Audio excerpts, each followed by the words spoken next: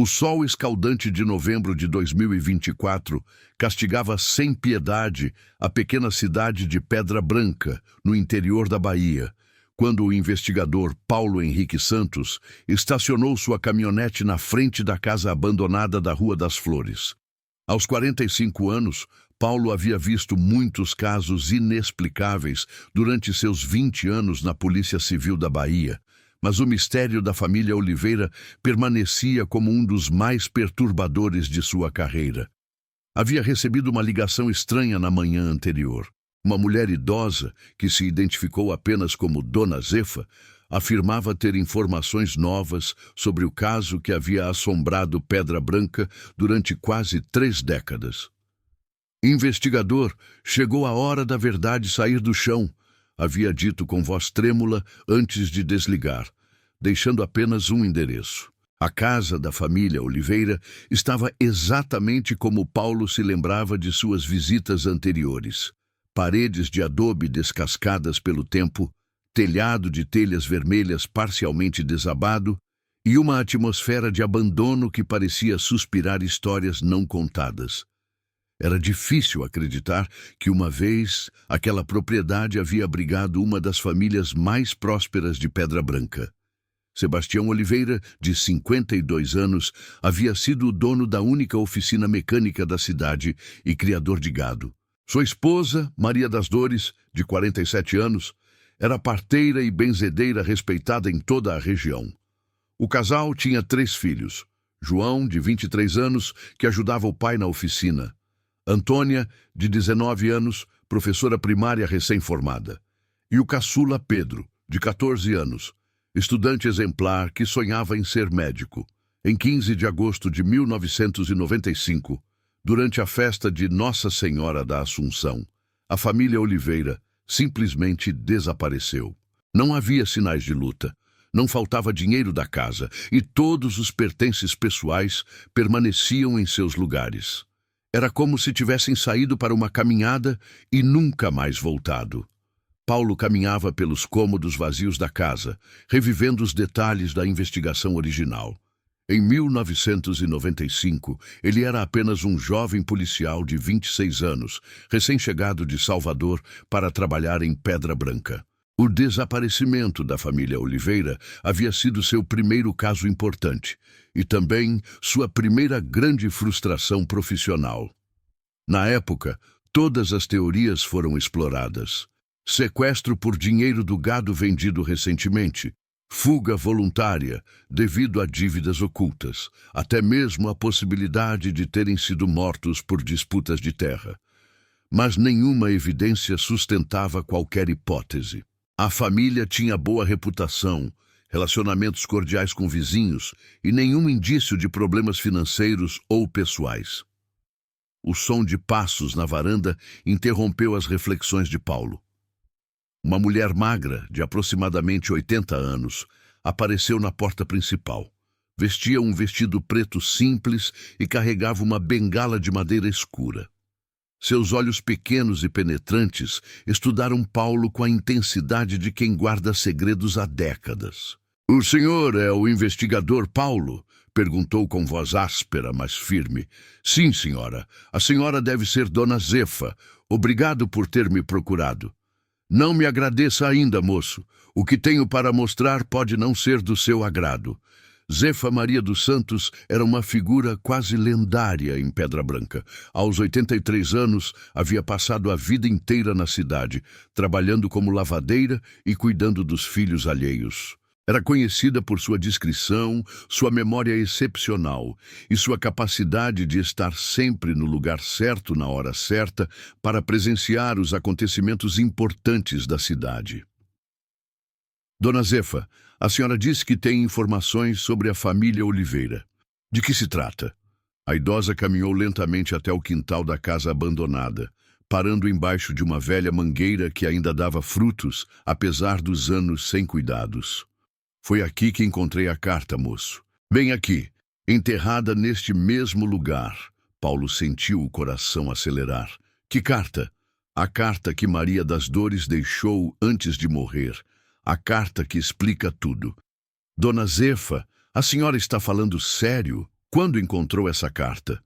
Em 2005, 10 anos depois que eles sumiram.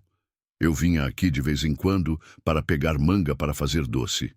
No dia 15 de agosto de 2005, exatamente 10 anos depois do sumiço, eu estava cavando um buraco para plantar umas mudas de alecrim para benzer a casa. Foi quando a enxada bateu em algo duro. A velha apontou para um local específico embaixo da árvore, onde a terra parecia ter sido mexida recentemente. Era uma lata de biscoito, dessas antigas, toda enferrujada. Dentro tinha uma carta escrita pela Maria das Dores, com a letra dela, que eu conhecia muito bem. Ela costurava roupas para minha neta. Paulo tirou um bloco de notas do bolso. E o que dizia a carta? Ah, moço, isso é que é o problema. A carta contava uma história que ninguém ia acreditar. Por isso, guardei segredo todos esses anos, mas agora que estou ficando velha, resolvi que não posso levar isso para o túmulo. Dona Zefa, preciso ver essa carta. Está na minha casa, guardada em lugar seguro.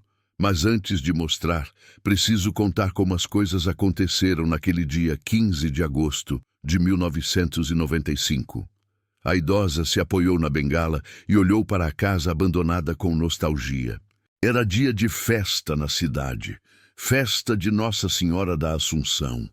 Todo mundo estava na praça da igreja para a procissão e o leilão beneficente. Eu morava ali naquela casinha azul do outro lado da rua e tinha ficado em casa porque estava com dor de cabeça. Paulo conhecia a rotina das festividades religiosas em cidades pequenas do interior.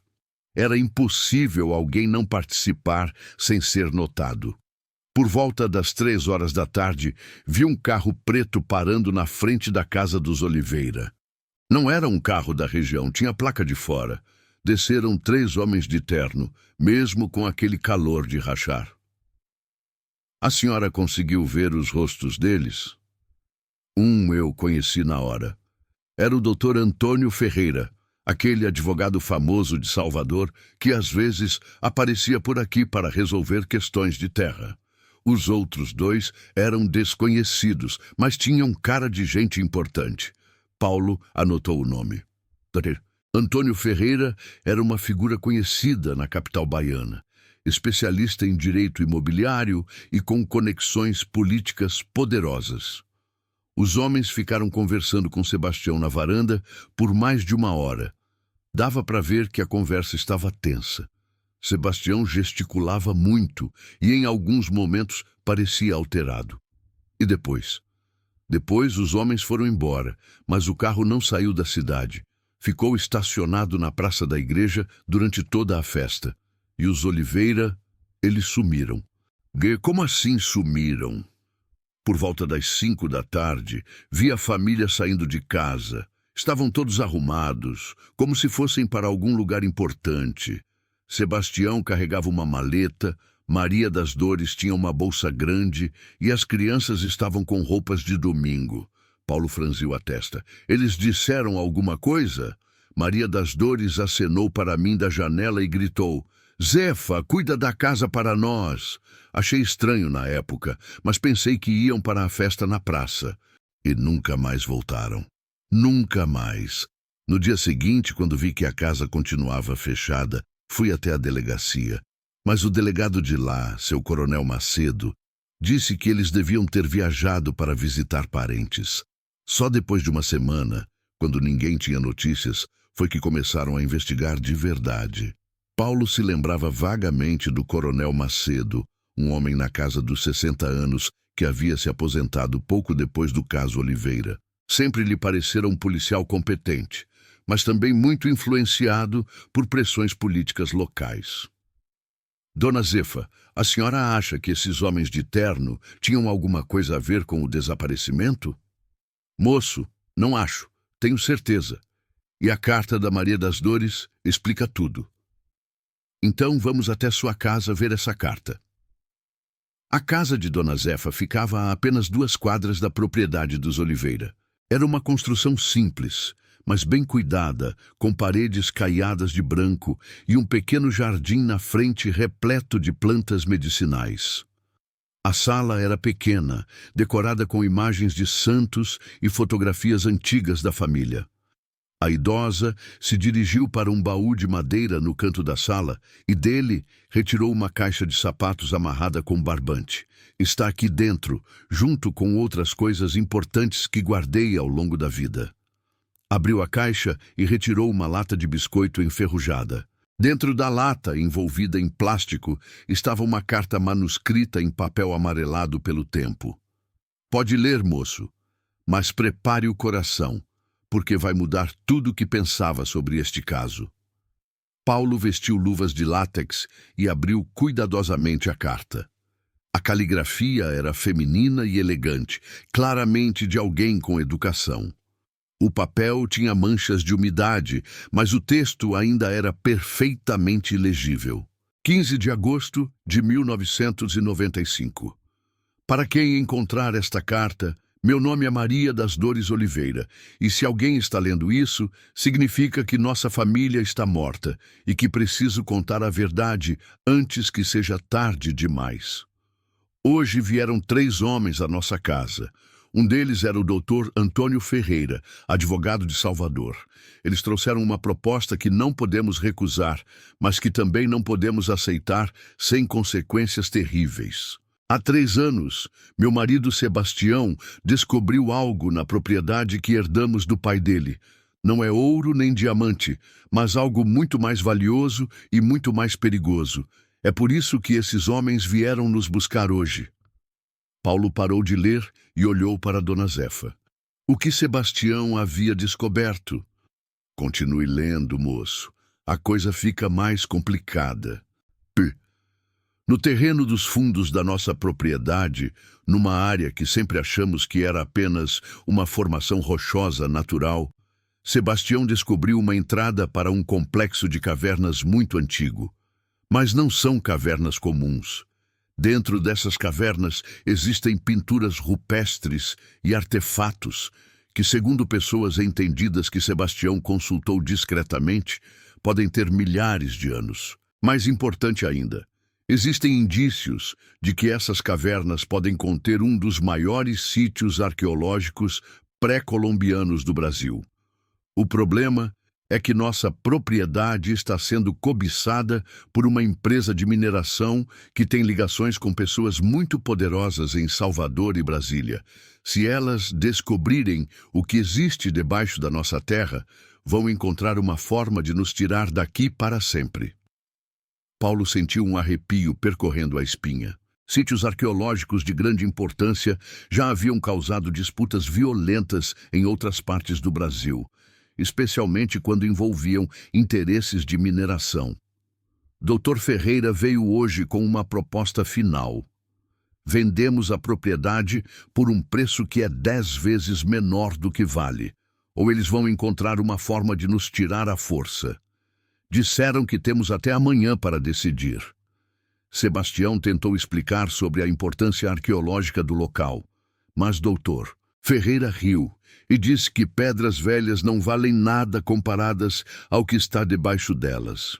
Agora entendemos que eles já sabem sobre as cavernas. Provavelmente sabem até mais do que nós sobre o que existe lá embaixo. E isso significa que nossa família está em perigo mortal.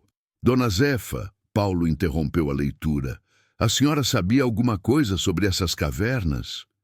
Sabia que existiam, sim. Todo mundo da região conhecia aquelas formações rochosas nos fundos da propriedade dos Oliveira. Mas ninguém imaginava que tinha coisas importantes lá dentro. E nunca ninguém explorou.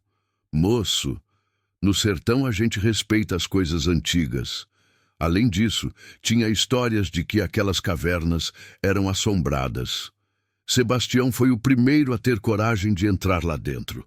Paulo continuou lendo. Decidimos fugir esta noite. Vamos sair de Pedra Branca e ir para Salvador, onde Sebastião tem um primo que pode nos ajudar a contactar autoridades federais. Esperamos que o Instituto do Patrimônio Histórico possa proteger o sítio arqueológico e nossa família. Se alguma coisa acontecer conosco no caminho, peço a quem encontrar esta carta que procure as autoridades em Salvador e conte sobre as cavernas. Não deixem que pessoas gananciosas destruam algo que pertence à história do nosso povo. As cavernas ficam a cerca de 2 quilômetros da casa, seguindo a trilha que leva ao açude do finado João Batista. A entrada fica escondida atrás de uma formação rochosa que parece uma cara de índio quando vista de longe. Que Deus proteja nossa família e que a verdade um dia venha à luz. Maria das Dores Oliveira. Paulo terminou de ler e se recostou na cadeira, tentando processar todas as informações.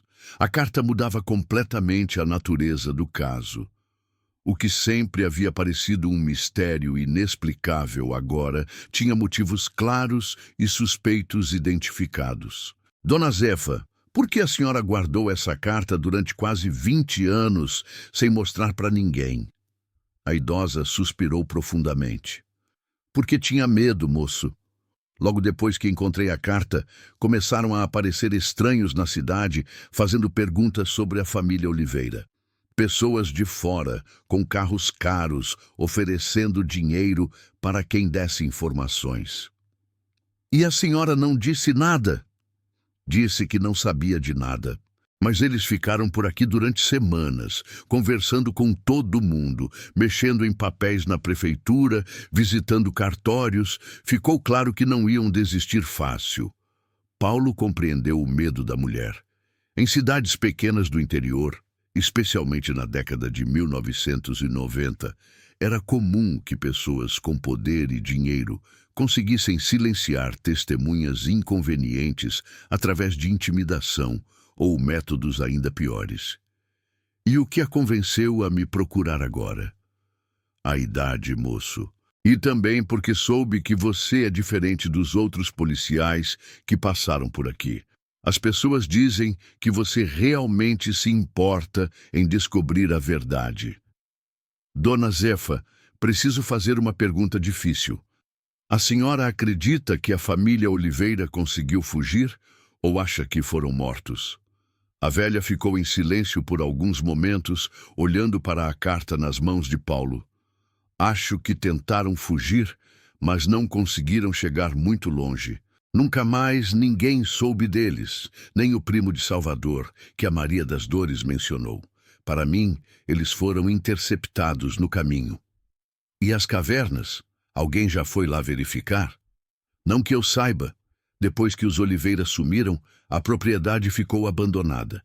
Os parentes de Sebastião, que moravam em São Paulo, tentaram vender, mas nunca conseguiram comprador. Paulo guardou cuidadosamente a carta em um envelope plástico. Sabia que estava diante de evidência crucial que poderia finalmente resolver um dos casos mais antigos de sua carreira. Dona Zefa, vou precisar que a senhora repita tudo isso em depoimento formal. E vou organizar uma expedição para examinar essas cavernas. Pode contar comigo, moço. Já guardei esse segredo tempo demais. Naquela tarde, Paulo retornou à delegacia de Pedra Branca com a mente fervilhando de possibilidades. O caso da família Oliveira havia passado de mistério inexplicável para a investigação de homicídio com motivos claros e pistas concretas. Mas sabia que não seria fácil. Quase 30 anos haviam se passado, evidências físicas teriam desaparecido e as pessoas envolvidas poderiam estar mortas ou em posições ainda mais poderosas do que em 1995.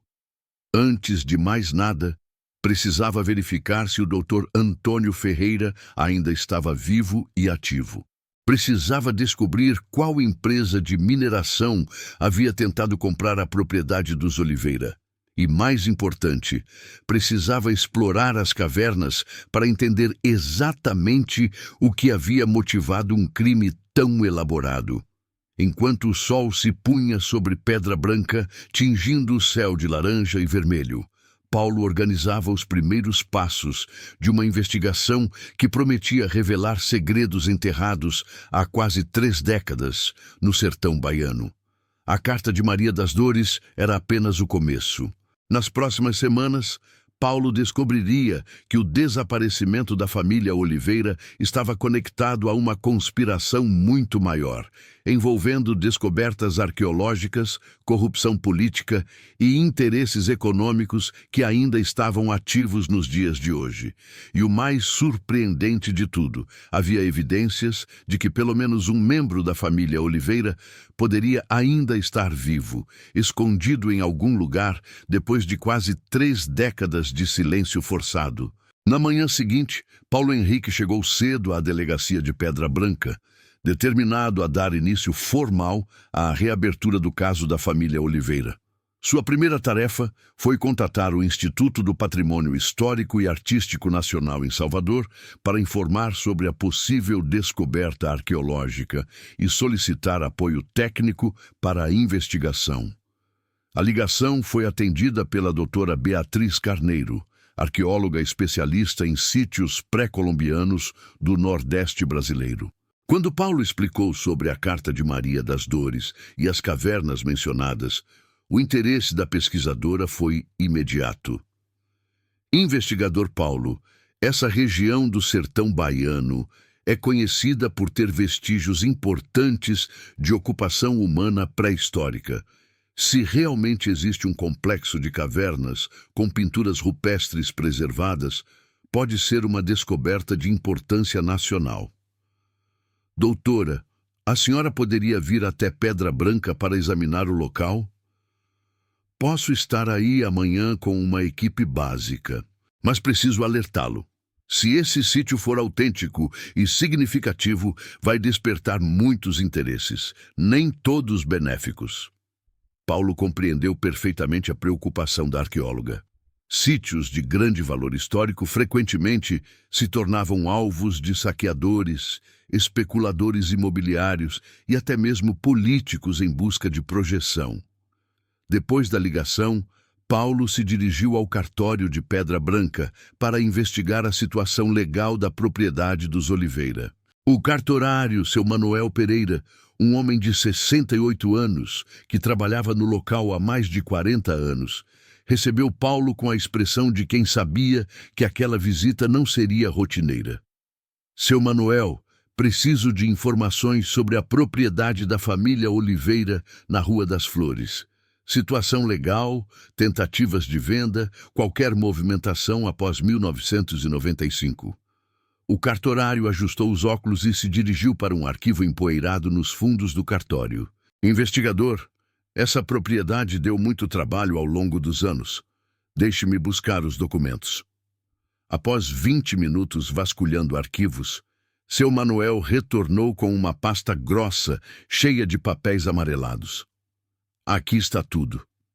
Após o desaparecimento da família, os parentes de São Paulo tentaram assumir a propriedade, mas houve várias complicações legais. Paulo examinou os documentos. Que tipo de complicações? Primeiro, apareceram questões sobre a legitimidade da documentação original da terra. Alguém contestou os limites da propriedade, alegando que parte dela invadia terras da União. Depois surgiram dívidas fiscais que ninguém sabia que existiam. E quem estava por trás dessas contestações? Um escritório de advocacia de Salvador, o mesmo Dr. Antônio Ferreira que o senhor mencionou ontem quando telefonou. Paulo sentiu o coração acelerar. Doutor, Ferreira estava tentando complicar a venda da propriedade? Não só tentando, investigador. Conseguiu. A propriedade ficou envolvida em processos judiciais por mais de 10 anos. Os herdeiros de São Paulo acabaram desistindo e abandonaram qualquer pretensão sobre a terra. E atualmente, de quem é a propriedade? Seu Manuel folheou mais alguns documentos. Oficialmente, ainda pertence aos herdeiros dos Oliveira. Mas há uma ação de uso capião em andamento desde 2010, movida por uma empresa chamada Mineração Nordeste Ltda. Paulo anotou o nome da empresa. Eles alegam que têm posse da terra há quanto tempo? 15 anos.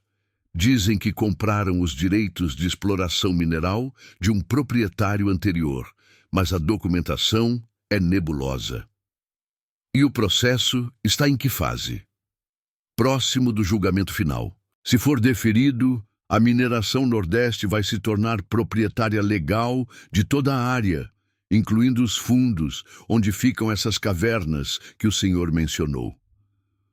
Paulo saiu do cartório com uma compreensão muito mais clara da situação. A conspiração para se apropriar da propriedade dos Oliveira havia sido paciente e sistemática, utilizando o sistema legal para legitimar o que começara como intimidação e possível homicídio. Na tarde do mesmo dia, Paulo se dirigiu para a antiga propriedade dos Oliveira, acompanhado por 2 policiais locais e Dona Zefa, que havia se oferecido para guiá-los até as cavernas mencionadas na Carta de Maria das Dores.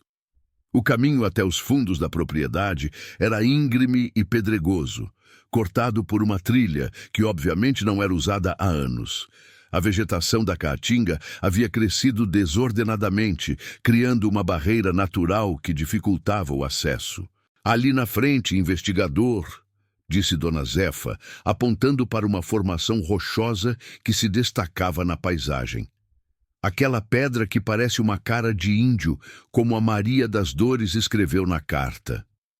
Paulo observou a formação e realmente podia distinguir contornos que lembravam um rosto humano visto de perfil.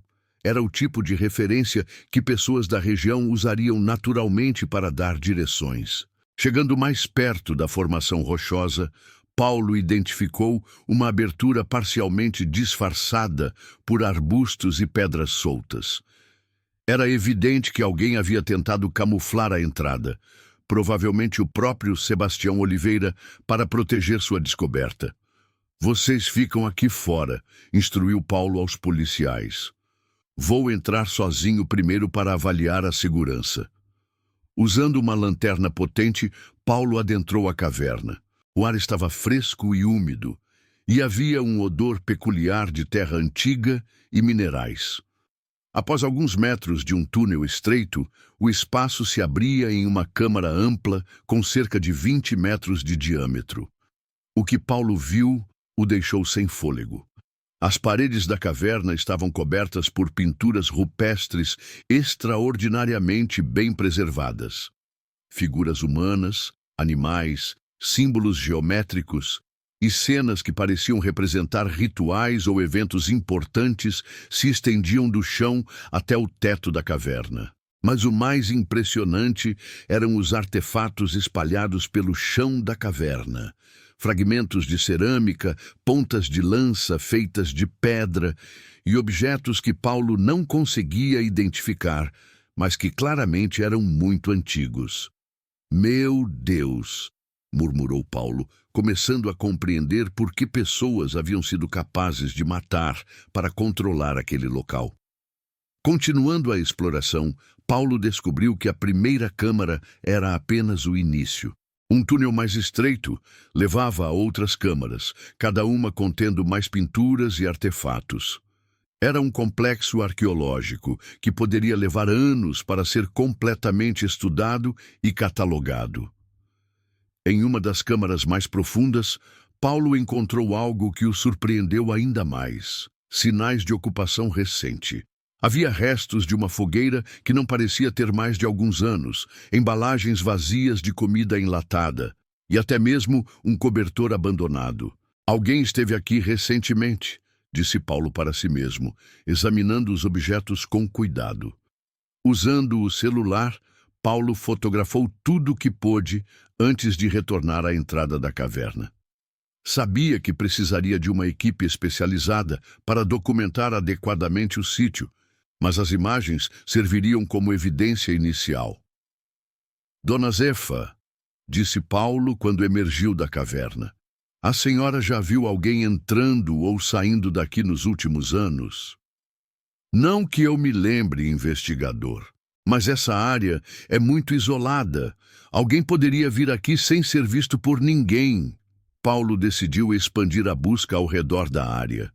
Usando técnicas de rastreamento que havia aprendido durante seu treinamento, começou a procurar por sinais de atividade humana recente nos arredores das cavernas. Foi quando encontrou algo que mudou completamente sua perspectiva sobre o caso.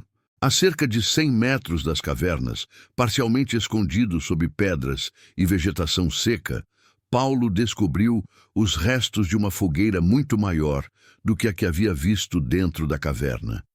Ao redor da fogueira, encontrou fragmentos de tecido que pareciam ser de roupas, pedaços de metal que poderiam ter vindo de um veículo, e algo que o fez gelar, fragmentos ósseos que claramente eram humanos. Encontraram os corpos, sussurrou Paulo, sentindo uma mistura de satisfação profissional e tristeza pessoal. Mas ao examinar mais cuidadosamente os ossos, Paulo percebeu algo estranho. Havia ossos de pelo menos 3 pessoas adultas, mas faltavam ossos que correspondessem às crianças da família.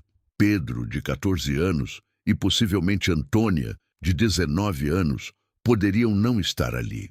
Paulo chamou imediatamente a equipe de perícia criminal de Feira de Santana, a cidade mais próxima, com recursos técnicos adequados. Sabia que seria necessário um trabalho meticuloso de escavação e análise forense para confirmar suas suspeitas.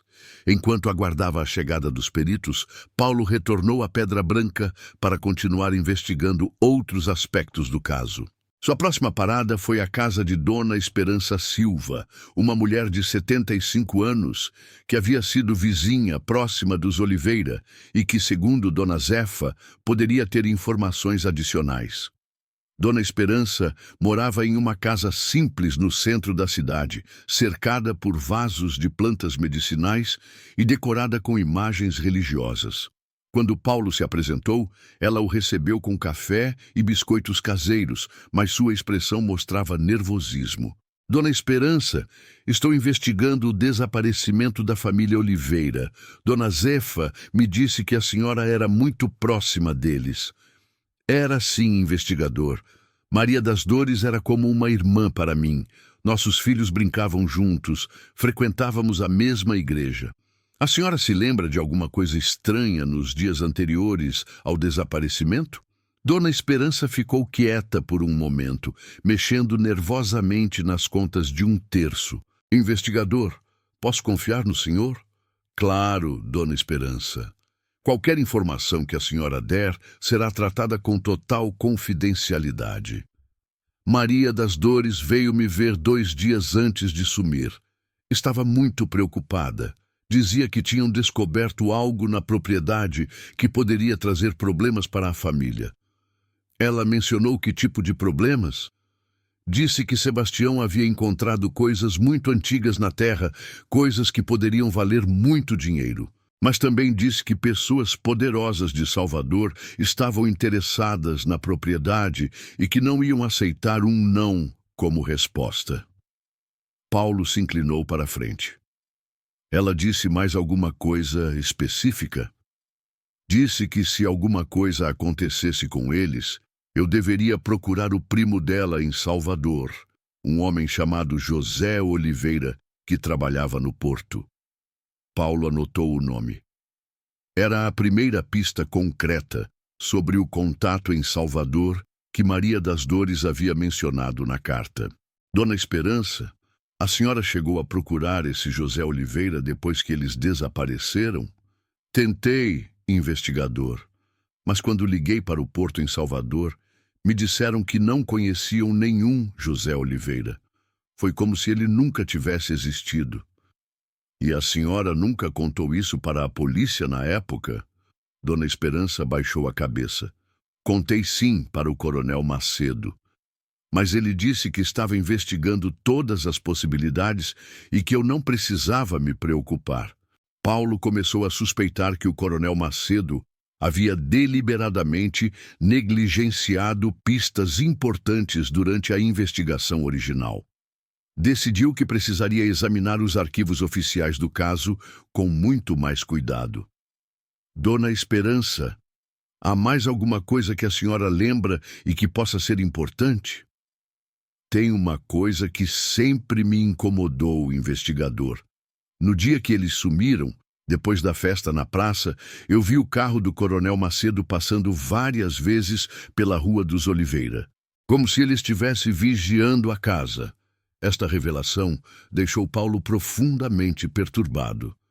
Se o delegado responsável pela investigação original estava envolvido na conspiração, isso explicaria por que o caso nunca havia sido resolvido. Naquela noite, Paulo retornou à sua casa em Feira de Santana para organizar suas descobertas e planejar os próximos passos da investigação. Havia encontrado evidências de que a família Oliveira havia sido morta por causa da descoberta arqueológica, mas também havia indícios de que nem todos os membros da família estavam mortos. A análise dos ossos confirmaria quantas pessoas haviam sido assassinadas naquela fogueira nos fundos da propriedade. Mas Paulo tinha a crescente suspeita de que pelo menos uma das crianças havia sobrevivido e poderia ainda estar viva. Sua investigação sobre a mineração Nordeste e o doutor Antônio Ferreira estava apenas começando. Paulo havia descoberto que a empresa tinha ligações com políticos influentes em Salvador e Brasília e que suas operações em outras partes da Bahia haviam gerado controvérsias similares. O mais intrigante era a questão do processo de uso capião que estava prestes a ser julgado. Se Paulo conseguisse provar que a mineração Nordeste havia adquirido seus alegados direitos sobre a propriedade através de crime, poderia impedir que a empresa se apropriasse legalmente do sítio arqueológico. Mas sabia que estava entrando em território perigoso. As pessoas por trás do assassinato da família Oliveira ainda estavam vivas e em posições de poder.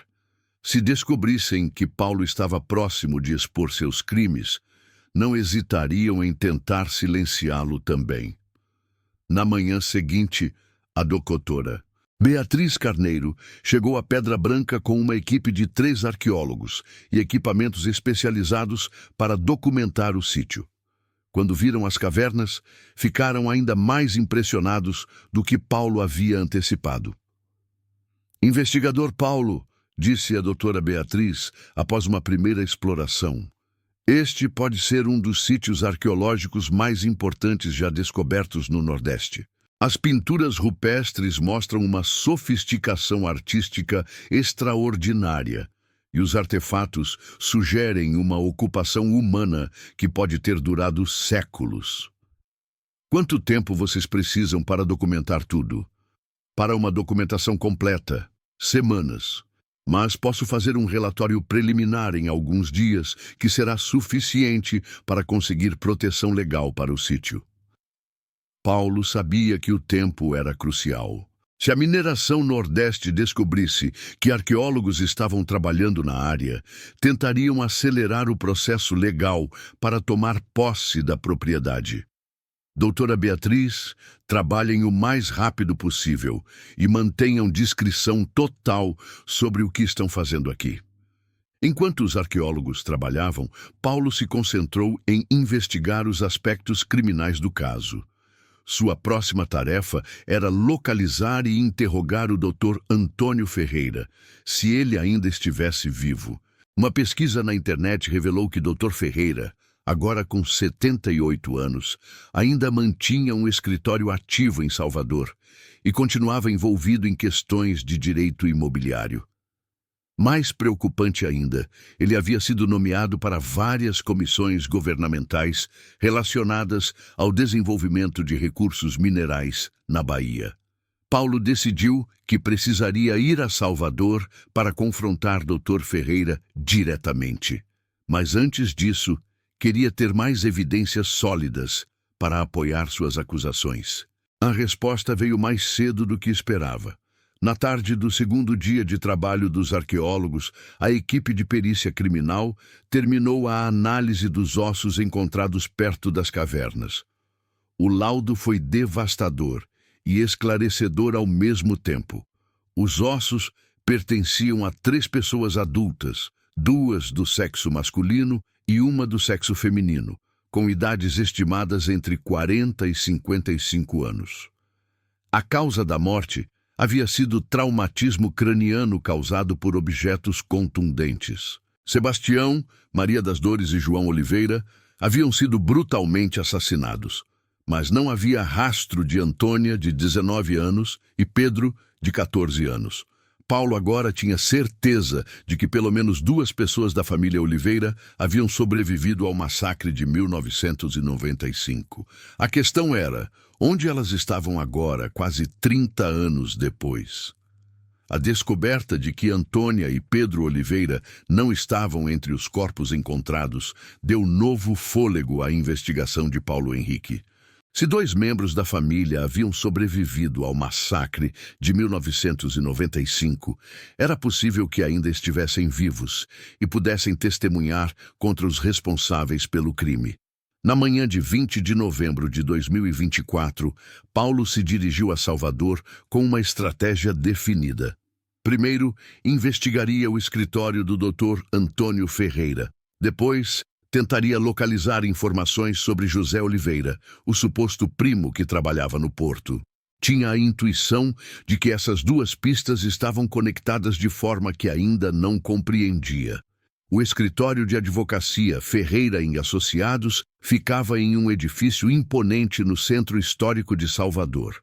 Paulo chegou sem avisar, sabendo que o elemento surpresa seria crucial para obter informações do advogado de 78 anos. A recepcionista, uma mulher jovem e elegante, recebeu Paulo com cortesia profissional. O doutor Ferreira está em reunião, mas posso agendar um horário para a próxima semana. Sou o investigador Paulo Henrique Santos, da Polícia Civil. É sobre um caso urgente relacionado à Pedra Branca. O doutor vai querer me atender. A menção à Pedra Branca causou uma reação imediata na recepcionista. Ela hesitou, depois se dirigiu rapidamente para o escritório interno. Paulo pôde ouvir vozes alteradas através da porta fechada. Após 5 minutos, um homem alto e magro, com cabelos completamente brancos e óculos de armação dourada, apareceu na recepção. Era o Dr. Antônio Ferreira, e sua expressão mostrava uma mistura de irritação e preocupação. Investigador Santos, não é? O que exatamente o traz ao meu escritório? Dr. Ferreira, estou investigando o desaparecimento da família Oliveira em Pedra Branca, ocorrido em 1995. Tenho informações de que o senhor esteve envolvido em negociações com a família pouco antes do desaparecimento. O rosto do advogado endureceu. Investigador, isso foi há quase 30 anos. Não me lembro de detalhes específicos de todos os casos que atendi naquela época. Talvez isso ajude a refrescar sua memória. Paulo mostrou uma cópia da carta de Maria das Dores, onde ela mencionava especificamente o nome do advogado e as ameaças feitas à família. Doutor Ferreira leu a carta rapidamente e Paulo pôde ver o pânico crescendo em seus olhos. Onde conseguiu isso? Isso não é importante agora, doutor. O que é importante é que temos evidências de que a família Oliveira foi assassinada e que o senhor estava envolvido nas pressões que levaram a esse crime. Investigador, sugiro que seja muito cuidadoso com suas acusações. Não tem ideia com quem está mexendo. A ameaça apenas confirmou as suspeitas de Paulo. Doutor, encontramos os corpos de 3 membros da família. Temos evidências forenses que provam homicídio. E temos testemunhas que o viram na propriedade no dia do desaparecimento. Dr. Ferreira ficou em silêncio por vários segundos, avaliando suas opções. Finalmente, fez um gesto para que Paulo o seguisse até seu escritório particular. Investigador, vou ser direto com o senhor. Em 1995, eu representava os interesses de uma empresa de mineração que queria adquirir aquela propriedade. Meu trabalho era negociar uma venda amigável. E quando a família se recusaram, informei meus clientes. O que aconteceu depois disso não foi decisão minha. Paulo se inclinou para a frente. Quem eram seus clientes? A Mineração Nordeste, que na época se chamava Exploração Mineral da Bahia. O proprietário era um empresário chamado Cláudio Mendonça. E esse Cláudio Mendonça decidiu que era mais fácil matar a família do que pagar um preço justo pela propriedade? Investigador, eu nunca soube de nenhum plano de violência. Fui contratado apenas para as negociações legais. Paulo não acreditava na versão do advogado, mas decidiu tentar uma abordagem diferente. Doutor, se o senhor realmente não estava envolvido nos assassinatos, pode me ajudar a encontrar os responsáveis. Em troca, posso considerar sua cooperação quando este caso for a julgamento. Dr. Ferreira ficou em silêncio por um longo momento, claramente pesando as consequências de suas próximas palavras. Investigador, há algo que nunca contei para ninguém. No dia seguinte ao desaparecimento da família, Cláudio Mendonça me procurou em pânico. Disse que as coisas haviam saído de controle e que precisava da minha ajuda para limpar a situação. Que tipo de ajuda? Ele queria que eu cuidasse dos aspectos legais, para que a empresa pudesse assumir a propriedade sem levantar suspeitas. Foi quando começamos os processos para contestar a documentação da terra. E o senhor aceitou? Investigador, Cláudio Mendonça tinha conexões políticas muito poderosas. Não aceitar sua sugestão poderia ter consequências graves para minha carreira e minha segurança. Paulo compreendeu que Dr. Ferreira havia sido tanto cúmplice quanto vítima de chantagem na conspiração. Doutor, preciso de informações sobre Cláudio Mendonça. Onde posso encontrá-lo? Investigador, Cláudio morreu em 2018, mas a empresa passou para o filho dele, Roberto Mendonça, que mantém as mesmas práticas questionáveis do pai. E onde posso encontrar Roberto Mendonça? Dr. Ferreira escreveu um endereço em um papel. Mas, investigador, seja muito cuidadoso. Os Mendonça têm ligações com pessoas perigosas, tanto no mundo dos negócios quanto na política. Paulo guardou o papel e se levantou para sair. Dr. Ferreira, vou precisar de um depoimento formal sobre tudo que me contou. E sugiro que prepare um bom advogado criminal, porque suas ações em 1995 têm consequências legais até hoje. Saindo do escritório, Paulo se dirigiu para a região portuária de Salvador para investigar a pista do José Oliveira. Se Maria das Dores havia mencionado um primo no porto, era possível que essa pessoa realmente existisse e pudesse ter informações sobre os sobreviventes da família. No Sindicato dos Trabalhadores Portuários, Paulo foi atendido por João Carlos Santos, um dirigente sindical de 55 anos que conhecia praticamente todos os funcionários do porto há décadas. Investigador José Oliveira. Esse nome me soa familiar. Deixe-me verificar nos nossos registros antigos. Após uma hora vasculhando arquivos, João Carlos encontrou algo interessante. Aqui está, investigador. José Oliveira trabalhou no porto de 1992 a 1996. Era operador de guindaste, bom funcionário, nunca deu problemas. E o que aconteceu com ele depois de 1996? Segundo os registros, pediu demissão em janeiro de 1996, poucos meses depois do desaparecimento da família. Disse que ia se mudar para o sul do país. Vocês têm alguma informação sobre para onde ele foi? João Carlos examinou mais documentos. Tem uma anotação aqui que pode ser interessante. Na ficha de demissão, José Oliveira listou como dependentes 2 pessoas. Antônia Oliveira, de 19 anos, e Pedro Oliveira, de 15 anos. Paulo sentiu o coração acelerar. João Carlos, isso significa que José Oliveira levou os 2 sobreviventes da família consigo quando saiu da Bahia. Parece que sim, investigador. E tem mais uma coisa. Tenho um amigo aposentado que trabalhou com José na época. Talvez ele se lembre de mais detalhes. O amigo era Manuel Pereira, não o cartorário de Pedra Branca, mas um homônimo. Um homem de 70 anos que havia trabalhado no porto durante 40 anos. Quando Paulo explicou o que estava investigando, Manuel se mostrou disposto a ajudar. José Oliveira era um homem reservado, mas trabalhador. No final de 1995, ele ficou muito preocupado com alguma coisa. Disse que tinha que ir buscar uns parentes no interior porque estavam em perigo. Ele chegou a mencionar o que havia acontecido com esses parentes?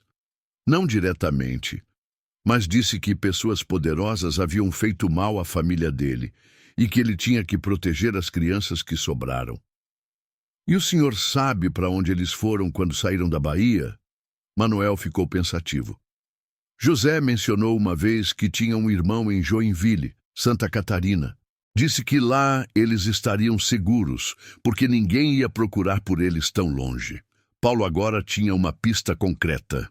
José Oliveira havia levado Antônia e Pedro para Santa Catarina em 1996, onde provavelmente ainda viviam com identidades falsas ou alteradas.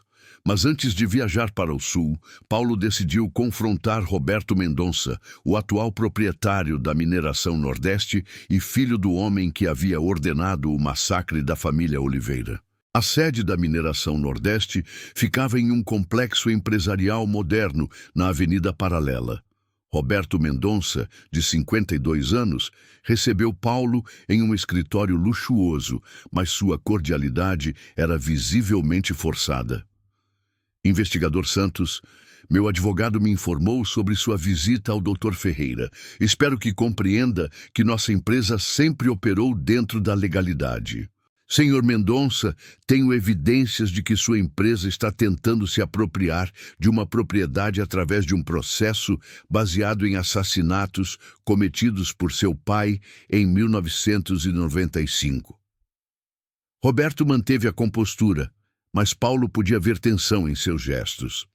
Investigador, sugiro que seja muito cuidadoso com suas acusações. Nossa empresa tem excelentes advogados e difamação é crime. Também é crime homicídio, conspiração e ocultação de cadáver. Crimes que prescreveriam em circunstâncias normais, mas que no caso de homicídio qualificado podem ser julgados a qualquer momento. Investigador, não sei do que está falando. Paulo colocou sobre a mesa fotografias das cavernas arqueológicas e dos ossos encontrados. Estou falando de um sítio arqueológico de importância nacional que sua família tentou esconder através de assassinatos. Estou falando de 3 pessoas brutalmente mortas porque descobriram pinturas rupestres que poderiam impedir a exploração mineral da área. Roberto examinou as fotografias e, pela primeira vez, sua máscara de tranquilidade começou a rachar. Investigador, se realmente existem irregularidades relacionadas às ações de meu pai, estou disposto a cooperar para esclarecer a situação. Que tipo de cooperação? Nossa empresa pode abandonar o processo de usucapião da propriedade. Podemos também fazer uma doação significativa para a preservação do sítio arqueológico. Paulo percebeu que Roberto estava tentando negociar uma saída que minimizasse as consequências legais para sua família e empresa. Senhor Mendonça, não estou aqui para negociar. Estou aqui para investigar crimes. Se quiser demonstrar boa vontade, pode começar me contando tudo o que sabe sobre o que seu pai fez em 1995. Roberto ficou em silêncio por vários minutos, claramente lutando com uma decisão difícil. Investigador, meu pai me contou a verdade pouco antes de morrer. Disse que havia cometido um erro terrível em 1995, que havia deixado a ganância falar mais alto que a consciência. Continue. Ele contratou 2 homens de Salvador para convencer a família Oliveira a vender a propriedade. As instruções eram para intimidar, não para matar, mas as coisas saíram de controle. Quem eram esses homens? Não sei os nomes reais. Meu pai só se referia a eles como os irmãos, mas disse que eram conhecidos por resolver problemas para empresários e políticos. E o que aconteceu exatamente naquela noite? Segundo meu pai, os homens foram até a propriedade para fazer uma última ameaça à família. Mas Sebastião Oliveira reagiu. Tentou defendê-los com uma espingarda. Houve uma luta e 3 pessoas acabaram mortas. E as crianças? 2 conseguiram fugir durante a confusão. Os homens procuraram por elas durante dias, mas nunca as encontraram. Paulo agora tinha a confirmação de que Antônia e Pedro haviam conseguido escapar e provavelmente haviam sido resgatados pelo primo José Oliveira. Senhor Mendonça, vou precisar de um depoimento formal sobre tudo isso, e sua empresa terá que enfrentar as consequências legais de ter tentado se beneficiar de um crime. Uma semana depois, Paulo viajou para Joinville, Santa Catarina, com informações fornecidas pela Polícia Civil local sobre possíveis descendentes da família Oliveira na região. A busca levou 3 dias, mas finalmente Paulo localizou José Oliveira, agora com 68 anos, vivendo em uma casa simples nos arredores da cidade. O homem havia mudado seu sobrenome para Silva, mas mantinha o nome José. Quando Paulo se apresentou, José inicialmente negou qualquer conhecimento sobre a família Oliveira. Mas quando Paulo mencionou Pedra Branca e as cavernas arqueológicas, o homem não conseguiu mais manter a fachada. Investigador, passei quase 30 anos com medo de que eles nos encontrassem. Antônia e Pedro cresceram acreditando que tinham que se esconder para sempre. Eles estão bem? Estão vivos e bem, graças a Deus. Antônia se casou e tem 2 filhos. Trabalha como professora aqui em Joinville. Pedro se formou em medicina, como sempre sonhou. Trabalha em um hospital em Florianópolis. Eles sabem a verdade sobre o que aconteceu com a família? Sabem sim. Foram eles que me convenceram a aceitar falar com o senhor quando souberam que estava investigando o caso. José levou Paulo para um restaurante no centro de Joinville, onde haviam marcado encontro com Antônia e Pedro. Quando os viu, Paulo ficou emocionado. Era como ver fantasmas que finalmente podiam voltar ao mundo dos vivos. Antônia, agora com 48 anos, era uma mulher forte e determinada. Professora de história que havia dedicado parte de sua carreira a estudar injustiças sociais. Pedro, de 43 anos, era um médico respeitado que trabalhava em emergências trauma. Investigador Paulo, disse Antônia, esperamos por este dia durante quase 30 anos. Estamos prontos para testemunhar contra todos os responsáveis pela morte de nossa família, Pedro acrescentou. Sabemos que vai ser difícil reviver aqueles momentos, mas nossa família merece justiça. E outras famílias merecem proteção contra pessoas como os Mendonça. Antônia e Pedro contaram em detalhes o que haviam presenciado na noite de 15 de agosto de 1995. Confirmaram que 2 homens armados haviam ido à propriedade para ameaçar a família, que havia ocorrido uma luta quando seu pai tentou protegê-los e que conseguiram escapar pela mata quando a violência começou. Ficamos escondidos na mata durante 2 noites, relatou Pedro. No segundo dia, nosso primo José nos encontrou. Ele havia ficado preocupado quando não conseguiu contactar nossos pais e veio de Salvador para investigar. José nos levou para Salvador, onde ficamos escondidos por alguns meses, continuou Antônia. Depois nos trouxe para cá, onde tivemos que assumir novas identidades para ficar seguros. Com os testemunhos dos sobreviventes, as evidências forenses e as confissões de Dr. Ferreira e Roberto Mendonça, Paulo tinha um caso sólido contra todos os envolvidos na conspiração. O julgamento ocorreu em Salvador 6 meses depois. Roberto Mendonça foi condenado por ocultação de cadáver e apropriação ilegal de propriedade, recebendo uma sentença de 8 anos de prisão. Dr. Antônio Ferreira, devido à sua idade e cooperação, recebeu uma sentença suspensa de 3 anos.